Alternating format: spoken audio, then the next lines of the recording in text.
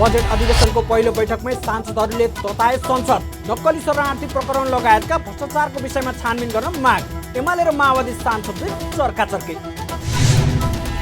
औद्योगिक आर्थिक क्रान्तिको प्रारम्भ गर्नुपर्ने आवश्यक रहेको प्रधानमन्त्रीको भनाइ। आयात प्रतिस्थापनका लागि आत्मनिर्भर हुन सक्ने उद्योग व्यवसायलाई प्रोत्साहन गर्न निजी क्षेत्रको सुझाव। र साताको पहिलो दिन शेयर बजारमा 1% माथिको गिरावट। कारोबार रकम 60 करोड 80 लाख रुपियाँमा सीमित।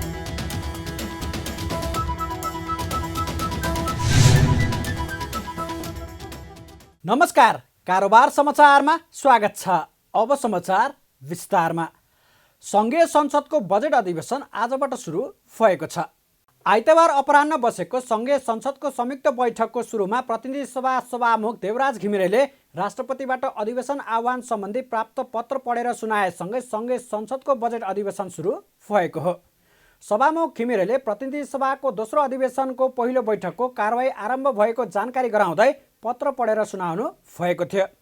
त्यस लगत्तै सांसदहरूले नक्कली शरणार्थी प्रकरण लगायतका विभिन्न भ्रष्टाचारको विषयमा उठेर विरोध गरेका थिए। सो क्रममा सांसदहरूले सबै भ्रष्टाचारका काण्ड हेर्ने गरी छानबिन आयोग गठन गर्न माग पनि गरेका छन्। समाचारहरूमा एक पूर्व मन्त्री फरार, अर्का तानिए, पक्राउ पर्ने सम्भावना भएरै रायमाझीले अर्घाखाँची जाँदा पिसिओ काठमाडौँ छाडेका थिए। सन्धिखर्कबाट कपिलवस्तु हुँदै रूपन्देहीसम्म आइपुग्दा पनि प्रहरीले रायमाझीलाई फरार हुने मौका दिए।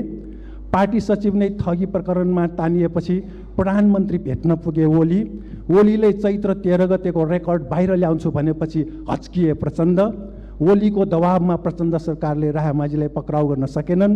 ओलीसँगको भेटपछि प्रधानमन्त्रीले म दबावमा पर्दिनँ।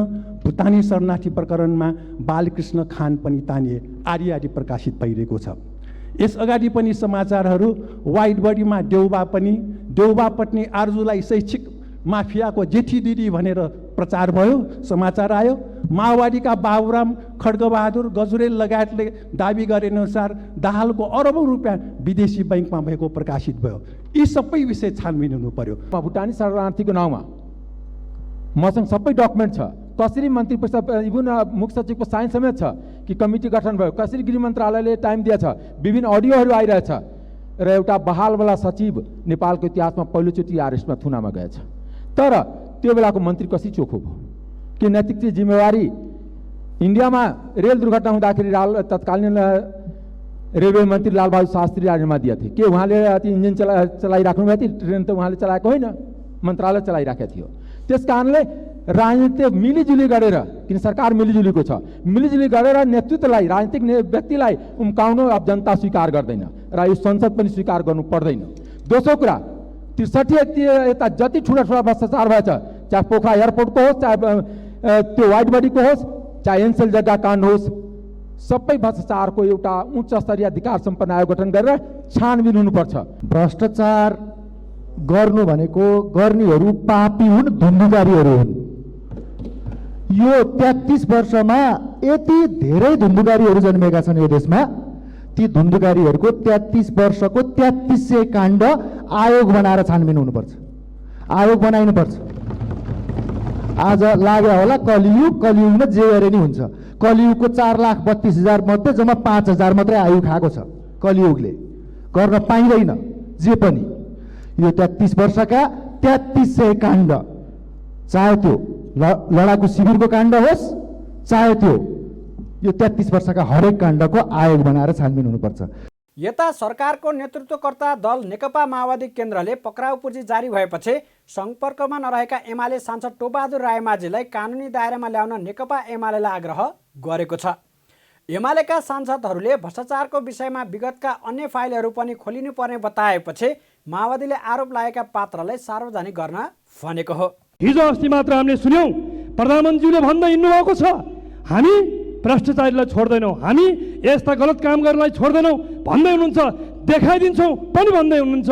म भन्न चाहन्छु, अनुसन्धानको प्रक्रियामा सरकारले सहयोग गरोस्। सरकारले, प्रधानमन्त्रीले कसलाई समाउने, कसलाई उन्मुक्ति दिने होइन, त्यो कानुनले जान्ने कुरा हो। अनुसन्धानको प्रक्रियाबाट अगाडि बढ्ने विषय हो। तर सामान्य प्रधानमन्त्रीज्यू आफैले म छोड्दिन, समाउँछु भन्दै हिँड्ने कुराले नै यहाँ संशय निर्माण गरेको छ, प्रश्न सिर्जना भएको छ।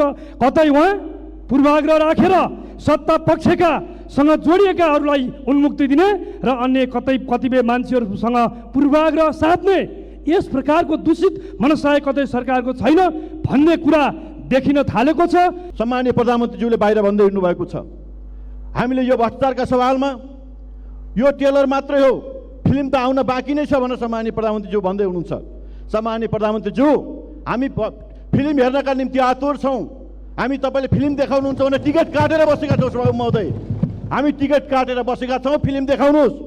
हामीलाई अब विश्वास छ, अब वाइड बडी घोटाला काण्ड के हो छानबिन गरौँ, बाँसबारी जग्गा घोटाला काण्ड के हो यसलाई पनि छानबिन गरौँ, बाल मन्दिर जग्गा घोटाला काण्ड, त्यस्तै गरेर माता तीर्थ जग्गा घोटाला काण्ड, यति काण्ड, ओम्नी काण्ड, लडाकु शिविरका घोटाला काण्ड जहाँ अरबौँ रुपियाँ राज्यको सम्पत्ति लुटिएको थियो, ती काण्डहरू, सीसीटीभी फुटेज र बजेटमा बिचौलिया ल्याएका काण्डहरू, यस्ता तमाम काण्डहरू अब यो अधिवेशनमा गम्भीरताका साथ छलफल गरौँ। अरबौँ भ्रष्टाचार जुन भएको छ त्यसको फिल्म हेर्न चाहन्छु। सम्मान्य प्रधानमन्त्रीज्यू, त्यो फिल्म हेर्ने व्यवस्था अविलम्ब गर्नुहोस्। म गृहमन्त्रीज्यूलाई सम्मान्य सभामुखज्यू मार्फत आग्रह गर्न चाहन्छु, म कमान सिंह लामा ठगी प्रकरण, करोडौँ ठगी प्रकरणका बारेमा फिल्म हेर्न चाहन्छु। टिकट काटेर आएको छु, त्यो फिल्म हेर्ने व्यवस्था गर्नुहोस्। सम्मान्य सभामुख महोदय मार्फत म प्रधानमन्त्री र गृहमन्त्री मार्फत आग्रह गर्न चाहन्छु। यता नक्कली शरणार्थी प्रकरणमा आफ्नो नाम जोडिएपछि नेपाली काङ्ग्रेसका सांसद आर्जु राणाले त्यसको खण्डन गर्नुभएको छ। आकस्मिक समयमा बोल्दै सांसद राणाले तथ्यमा आधारित भएर आफ्नो आलोचना गर्न आग्रह गर्दै महिला राजनीतिमा आएको विषय सही नभएका कारण यस्ता कुरा उठाएको दाबी समेत गर्नुभएको छ। भ्रष्टाचारको कुरामा हामी साँच्चैकै कति सिरियस छौँ भन्ने मेरो ठुलो प्रश्न छ। म नभएको दिनमा मेरो नामलाई इङ्कित गरेर अनेक थरी यहाँ प्रश्नहरू उठेको छ र आज पनि उठेको मैले पाएको छु। एउटा त म के भन्न चाहन्छु भने एउटा नारीले आफ्नो हैसियतमा राजनीति गरेको यो देशमा सही हुँदैन रहेछ। एउटा टर्म छ मिसोजिनी, भनेको पुरुषले भनेको ठाउँमा मात्रै नारी बस्नुपर्ने, उनीहरूले भनेको मात्रै हामी भाष्य बोल्नुपर्ने, उनीहरूले भनेको मात्रै हामी एक्सर्साइज गर्नुपर्ने। त्योभन्दा अलिकति आफ्नो एउटा पब्लिक लाइफमा आयो भने पुरुषहरूलाई त्यो असह्य हुने, यो चाहिँ एउटा परिस्थिति यहाँ बनेको छ। र म यो भन्न चाहन्छु, नेपालमा मात्रै होइन अन्तर्राष्ट्रिय रूपमा छ, तर त्यसको विरोधमा हो हामीले यो संविधान लेखेको। र म यसको लागि जसले जति क्रिटिसाइज गरे पनि मैले केही बिराएको छैन, म डराउँदिनँ। नक्कली शरणार्थी प्रकरण लगायतका विभिन्न भ्रष्टाचारको विषयमा सांसदहरू सन्चो तताएपछि सभामुख घिमिरेले कार्यसूची अगाडि बढाउन पटक पटक आग्रह गर्नुभएको थियो। त्यसपछि बल्ल अर्थमन्त्री प्रकाश शरण महतले आर्थिक वर्ष 2080-81 का लागि विनियोजन विधेयकका सिद्धान्त र प्राथमिकता सम्बन्धमा कर प्रस्तावक बाहेक छलफल गरियोस् भन्ने प्रस्ताव पेश गर्नुभयो। प्रस्ताव पेश गर्दै अर्थमन्त्री महतले आगामी आर्थिक वर्षको बजेट आर्थिक वृद्धि, रोजगारीको अवसर बढाउने र सुशासन प्रवर्धन गर्नेतर्फ लक्षित हुने बताउनुभयो। उहाँले निजी क्षेत्रको मनोबल बढाउँदै बजारलाई चलायमान बनाउने गरी बजेट ल्याएको दाबी गर्दै सरकारी, निजी र सहकारी क्षेत्रको लगानी वृद्धि गरी उत्पादनमुखी अर्थतन्त्र निर्माण गर्ने खालको बजेट ल्याएको बताउनुभयो। आगामी आर्थिक वर्षको बजेट दिगो, फराकिलो एवं समावेशी आर्थिक वृद्धि हासिल गर्ने, रोजगारीका अवसर बढाउने, सुशासन प्रवर्धन गर्ने, सेवा प्रवाहमा सुधार र स्रोत साधनको परिचालनमा प्रभावकारिता कायम गर्ने तर्फ परिलक्षित हुने जानकारी गराउँछु। आर्थिक क्रियाकलापमा गतिशीलता ल्याई अर्थतन्त्रलाई लयमा फर्काउन सरकारी वित्तको पुनर्संरचना गरी प्रभावकारी राजस्व परिचालन, परिणाममुखी पुँजीगत खर्च, अनुत्पादक क्षेत्रमा खर्च कटौती एवं साधारण खर्चमा मितव्ययिता कायम गर्न जरुरी रहेको छ। साथै आगामी बजेटले निजी क्षेत्रको मनोबल वृद्धि, उद्यमशीलताको विकास, सेवा प्रवाहमा सुधार एवं शासन व्यवस्थामा पारदर्शिता कायम गर्नेतर्फ जोड दिनुपर्ने आवश्यकता बोध गरेको छु। विनियोजन विधेयक 2080 तर्जुमा गर्दा नेपालको संविधान, संयुक्त सरकारको प्राथमिकता र साझा न्यूनतम कार्यक्रम, चालु आवधिक योजना, अल्प विकसित मुलुकबाट विकासोन्मुख मुलुकमा स्तरोन्नति हुने एवं दिगो विकासका लक्ष्य प्राप्ति गर्ने सम्बन्धमा गरिएका राष्ट्रिय एवं अन्तर्राष्ट्रिय प्रतिबद्धतालाई आधारका रूपमा लिइनेछ। जनतामा राज्यप्रतिको भरोसा र भविष्यप्रति आशा जगाउनेतर्फ आगामी वर्षको बजेट निर्देशित रहने जानकारी गराउन चाहन्छु। अर्थमन्त्री महतले वित्त नीति र मौद्रिक नीतिबीच तारतम्यता मिलाइने भन्दै सार्वजनिक वित्तको पुनर्संरचना गरिने, स्वदेशी र विदेशी लगानी प्रोत्साहित गरी रोजगारी अभिवृद्धि गरिने, गुणस्तरीय शिक्षा, स्वास्थ्य र खानेपानी उपलब्ध गराइने, वित्तीय क्षेत्रमा पुँजीगत उपलब्धतालाई सहजीकरण गर्दै अनौपचारिक आर्थिक क्रियाकलापलाई औपचारिकमा ल्याउने प्रयास गर्ने, भौतिक पूर्वाधारमा जोड दिँदै उत्तर दक्षिण र पूर्व पश्चिम राजमार्गहरू निर्माणलाई तीव्रता दिने, निजी क्षेत्रको सहभागितामा सिप विकास गरिनुका साथै स्रोतको सीमिततालाई ख्याल गरेर उत्पादन बढिदिने क्षेत्रमा लगानी गरिने जानकारी दिनुभयो।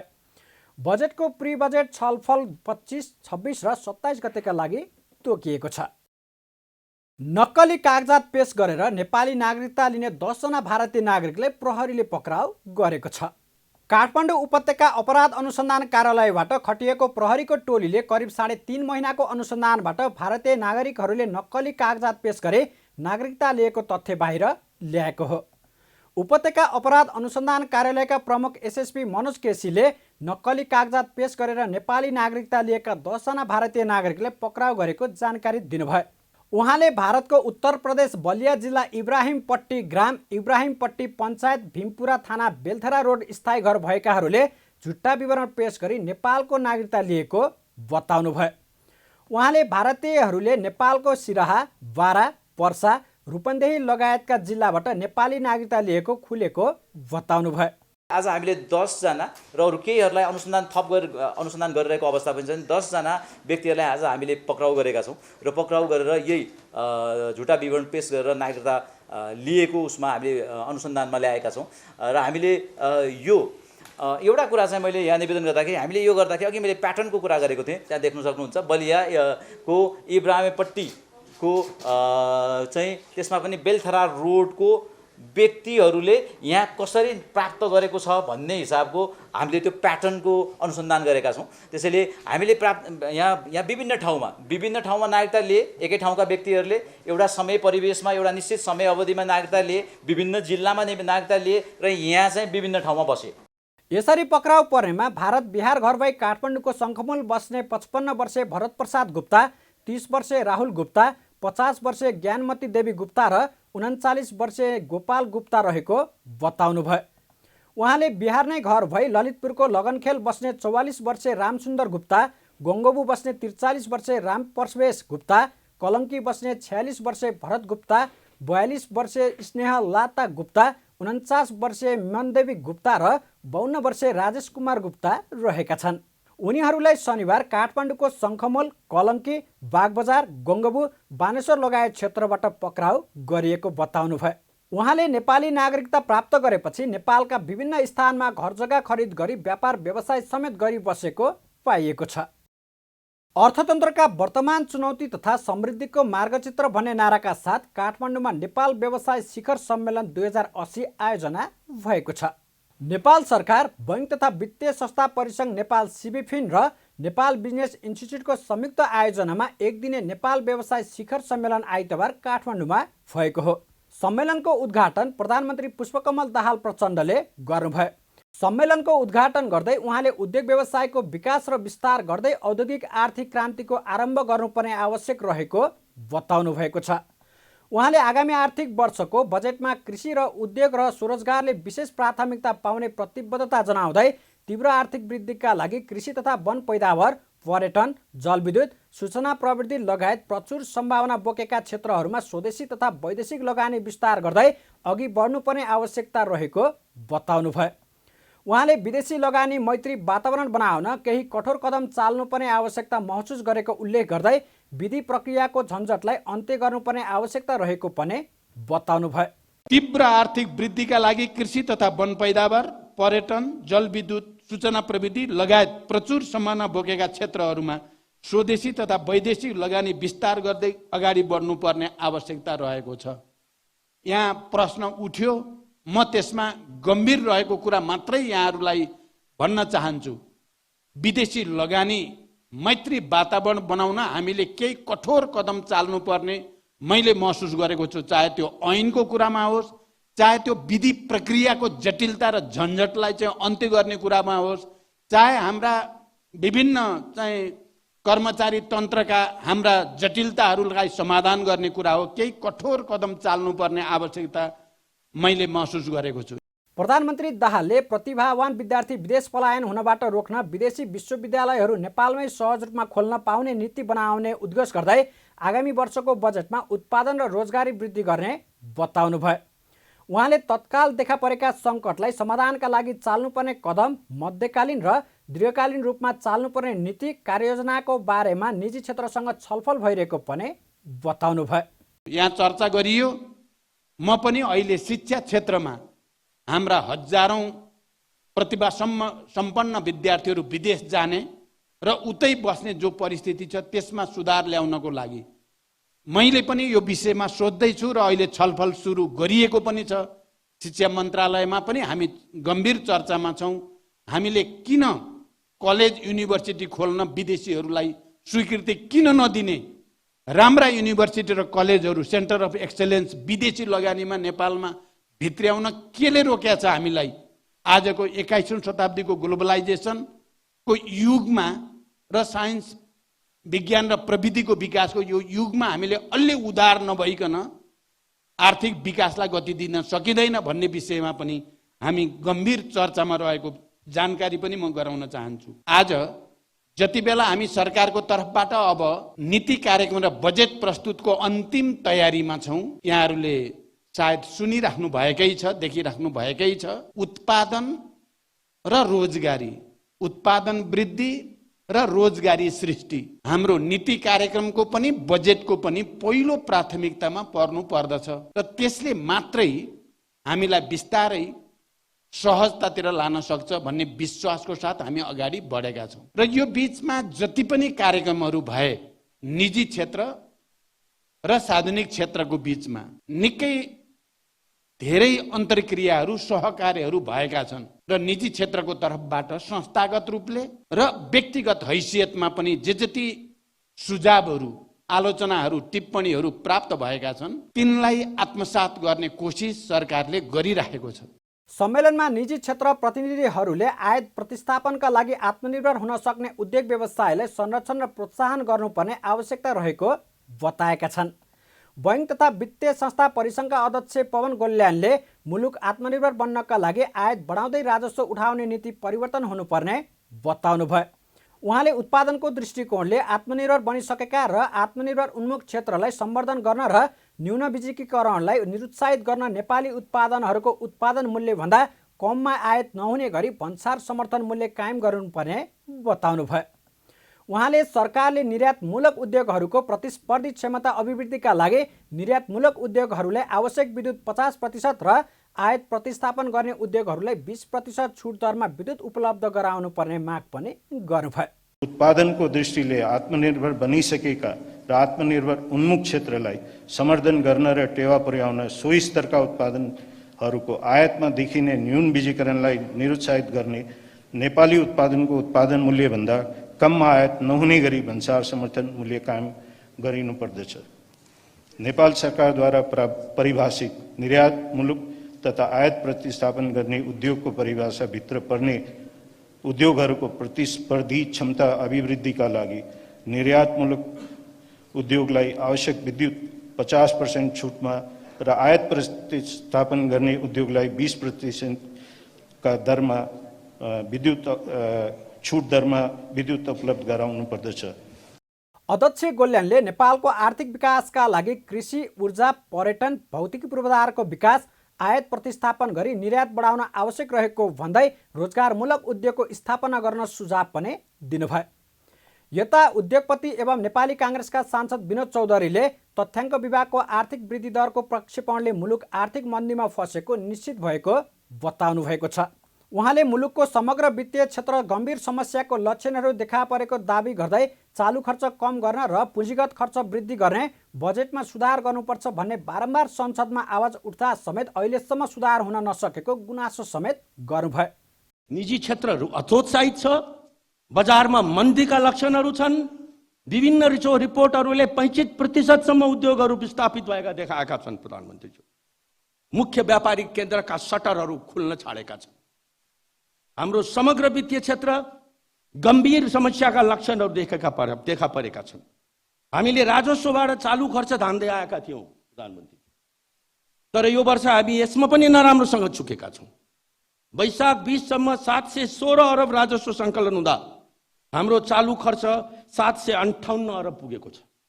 राजस्व र चालु खर्च बीचको ग्याप 42 अरब बढेको छ। दुःखको कुरा, गम्भीर स्थितिका बावजुद समेत हामीले चालु खर्च घटाउनेतर्फ गम्भीर पहल गरेनौँ। सुधारको पहल पहिल्यै हुनु पर्थ्यो। चालु खर्च कटौती गर्ने, पुँजी खर्च वृद्धि गर्ने र बजेट संरचनामा सुधार गरिनुपर्छ भन्ने कुराहरू बारम्बार सार्वजनिक मञ्चहरूमा र संसदमा समेत आवाज उठाउँदा पनि सुधारमा कहिले ध्यान दिए। सांसद चौधरीले 2074 साल पछिका सरकारले सार्वजनिक खर्च पुनरावलोकन आयोगको सुझावलाई कार्यान्वयन गर्ने हिम्मत नगरेको आरोप पनि लगाउनुभयो। सम्मेलनमा नेपालको वर्तमान आर्थिक एवं बैंकिङ क्षेत्रका समस्या तथा त्यसको समाधानका उपायहरूमाथि विचार विमर्श हुनुका साथै चालु आर्थिक वर्षमा सरकारले लिएको लक्ष्य अनुसारको राजस्व सङ्कलन नभएको, पुँजीगत खर्च अपेक्षित रूपमा हुन नसकेको र राष्ट्रिय तथा अन्तर्राष्ट्रिय परिवेशका कारण मूल्यवृद्धि बढिरहेको जस्ता कारणले समग्र अर्थतन्त्रमा नकारात्मक असर परेको लगायत विषयमा पनि छलफल भएको छ। यस्तै आर्थिक एवं बैंकिङ सुधार तथा आत्मनिर्भर अर्थतन्त्रको भावी कार्यदिशा तय गर्न सम्मेलनबाट प्राप्त सुझाव समेटेर प्रतिवेदन तयार गरी सरकारलाई समेत बुझाइनेछ। साताको पहिलो दिन शेयर बजारमा 19 अङ्कमाथिको गिरावट आएको छ। आइतबार शेयर बजार मापन गर्ने नेप्से परिसूचक अघिल्लो कारोबार दिनको तुलनामा 1.02% अर्थात् 19.12 अङ्कले घटेर 1850.61 अङ्कले घटेको हो। आज कारोबारमा आएका सबै समूहले समग्र परिसूचक घटाएको छ। जलविद्युत समूहको परिसूचक सर्वाधिक 2.04%ले घट्दा होटल तथा पर्यटन समूहको परिसूचक 1.79%ले घटेको छ। निर्जीवन बीमा, लघुवित्त, लगानी, विकास बैंक र वित्त कम्पनीमा पनि 1% भन्दा माथिले घटेको छ। नेप्सेमा गिरावट हुँदै कारोबार रकम समेत खुम्चिएको छ। दिनभर कुल 263 कम्पनीको जम्मा 20,15,000 किता शेयर 60 करोड 80 लाख रुपियाँ बराबरको मात्र किनबेच भएको छ। जसमध्ये शिवम सिमेन्ट्सको सर्वाधिक 3 करोड 23 लाखको कारोबार हुँदा मकर जितुमाया सूर्य हाइड्रो पावरको 1 करोड 90 लाख र नबिल बैंकको 1 करोड 68 लाख रुपियाँको शेयर कारोबार भएको छ। आइतबार कारोबार भएका कम्पनीमध्ये आत्मनिर्भर लघुवित्तको शेयर मूल्य 8.22%ले वृद्धि हुँदा इस्टर्न हाइड्रो पावरको शेयर मूल्य 7.61% र सनराइज ब्लू चिप फन्डको इकाइ मूल्य 5.87%ले वृद्धि भएको छ। प्रधानमन्त्री पुष्पकमल दाहालले ज्येष्ठ पत्रकार र अपाङ्गता भएका पत्रकारहरूको लागि जीवन निर्वाह भत्ताको व्यवस्था मिलाउन लागि बताउनु भएको छ। आइतबार सिंहदरबारमा आयोजित राष्ट्रिय पत्रकारिता पुरस्कार वितरण कार्यक्रमलाई सम्बोधन गर्दै प्रधानमन्त्री दाहालले ज्येष्ठ पत्रकार र अपाङ्गता भएका पत्रकारहरूको लागि जीवन निर्वाह भत्ताको व्यवस्था मिलाउन लागेको बताउनु भएको हो। उहाँले सञ्चार उद्योगको संस्थागत विकासलाई ध्यानमा राखी एकीकृत मिडिया विकास कोष स्थापनाका लागि पहल अघि बढाइएको पनि बताउनु भयो। यस्तै प्रधानमन्त्री दाहालले सरकारले प्रवाह गर्ने सबै सरकारी विज्ञापन बोर्ड मार्फत न्यायिक ढङ्गले वितरण गर्ने व्यवस्था मिलाउन लागेको जानकारी पनि गराउनु भएको छ। उहाँले सरकारले सञ्चार क्षेत्रको व्यावसायिक र संस्थागत विकासका लागि मिडियालाई राष्ट्रिय सेवामूलक उद्योग सरह नै मान्यता प्रदान गरी संरक्षण र समर्थन गर्ने नीति लिएको स्पष्ट पार्दै सबै प्रकारका सञ्चार माध्यमको संस्थागत तथा भौतिक सुरक्षाको प्रत्याभूति गर्ने सञ्चार क्षेत्रका समस्या समाधान गर्न सकारात्मक पहल भइरहेको पनि बताउनु भएको छ। ज्येष्ठ पत्रकार, अपाङ्गता भएका पत्रकारहरूले जीवन निर्वाह भत्ताको व्यवस्था मिलाइँदैछ। सरकारले प्रवाह गर्ने सबै सरकारी विज्ञापन बोर्ड मार्फत न्यायिक ढङ्गले वितरण गर्ने व्यवस्था मिलाइँदैछ। यो प्रक्रिया अगाडि बढिसकेको छ र यसलाई अन्तिम रूप दिइँदैछ। सरकारले सञ्चार क्षेत्रको व्यावसायिक र संस्थागत विकासका लागि पनि मिडियालाई राष्ट्रिय सेवामूलक उद्योग सरह मान्यता प्रदान गरी संरक्षण र समर्थन गर्ने नीति लिएको छ। पत्रकार र सबै प्रकारका सञ्चार माध्यमको पेशागत तथा भौतिक सुरक्षाको प्रत्याभूति गर्ने सहित सञ्चार क्षेत्रका तमाम समस्या समाधान गर्न सकारात्मक ढङ्गले पहल भइरहेको छ। प्रधानमन्त्री दाहालले सामाजिक न्याय, सुशासन र समृद्धिलाई नै सरकारले उच्च प्राथमिकतामा राखेको पनि बताउनु भयो। उपप्रधानमन्त्री तथा गृहमन्त्री नारायण काजी श्रेष्ठले महिला हिंसामा संलग्न पीडकलाई कारबाही गर्न सरकारले कुनै कदम बाँकी नराख्ने उद्घोष गर्नुभएको छ। आइतबार गृह मन्त्रालयले आयोजना गरेको संयुक्त राष्ट्रसङ्घ सुरक्षा परिषद प्रस्ताव नम्बर 1325 र 1820 को कार्यान्वयन सम्बन्धी दोस्रो राष्ट्रिय कार्ययोजना राष्ट्रिय कार्यशालालाई सम्बोधन गर्दै मन्त्री श्रेष्ठले महिला हिंसा गर्ने पीडकलाई कारबाही गरिने बताउनु भएको हो। उहाँले महिला हिंसा सम्बन्धी विगतका घटनाहरूको पनि अनुसन्धान गरिने र पीडितलाई न्याय दिने बताउनु भयो। अनुसन्धान गरी दोषी र अपराधीलाई कारबाही गर्न सरकारले कुनै कसर बाँकी नराख्ने स्पष्ट पार्दै मन्त्री श्रेष्ठले हालसम्म प्राप्त भएका उपलब्धिको रक्षा गर्दै महिलाहरूलाई अझ अधिकार सम्पन्न बनाउन सरकारले प्रयत्न गर्ने पनि बताउनु भयो।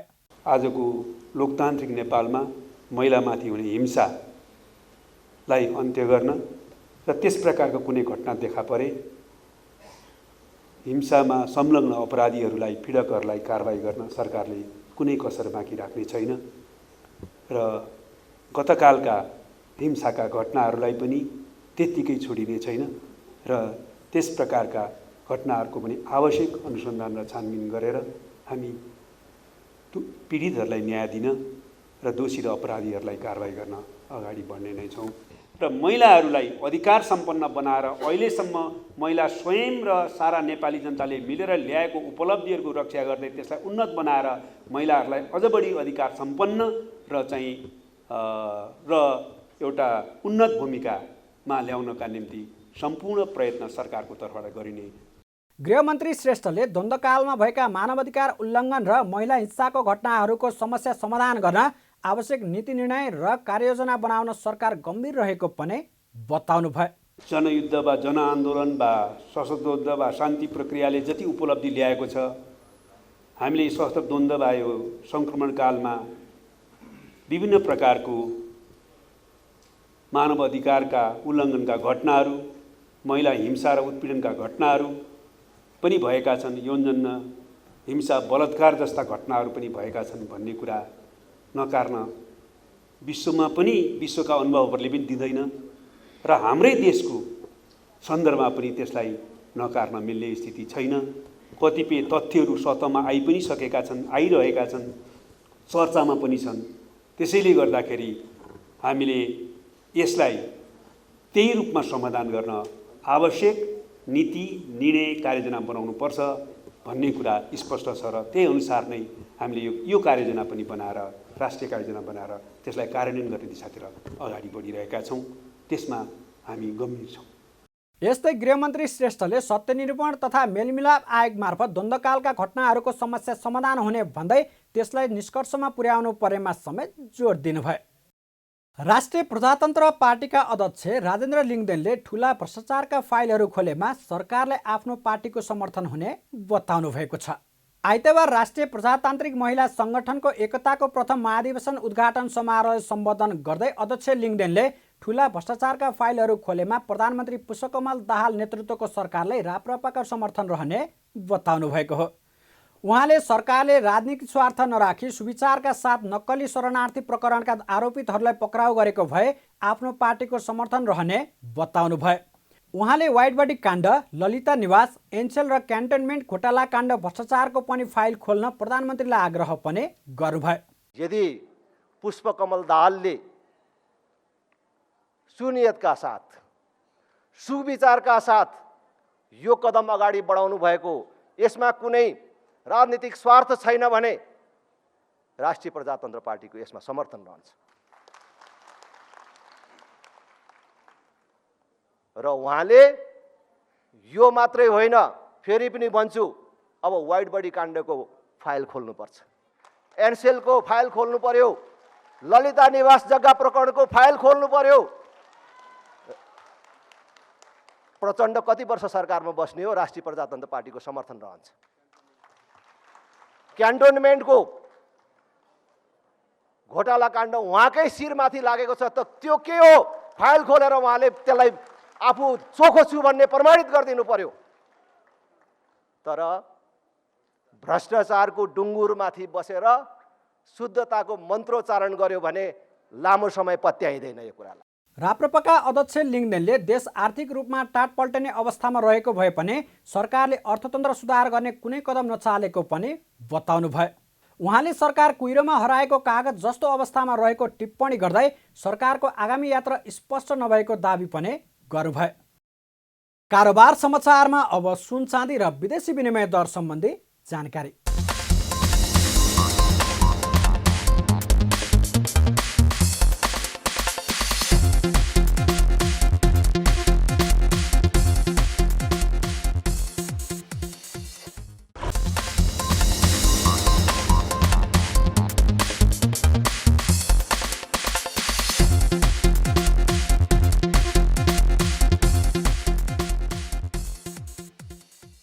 बिदा हुनुअघि अहिलेसम्मका प्रमुख समाचार फेरि एकपटक।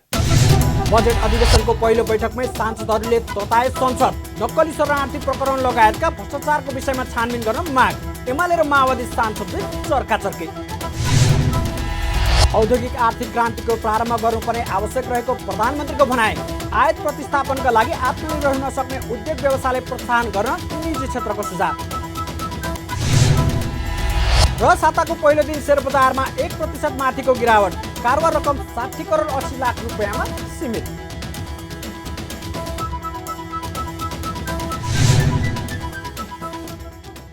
कारोबार समाचार सकियो। हामीलाई बिदा दिनुहोस्। नमस्कार।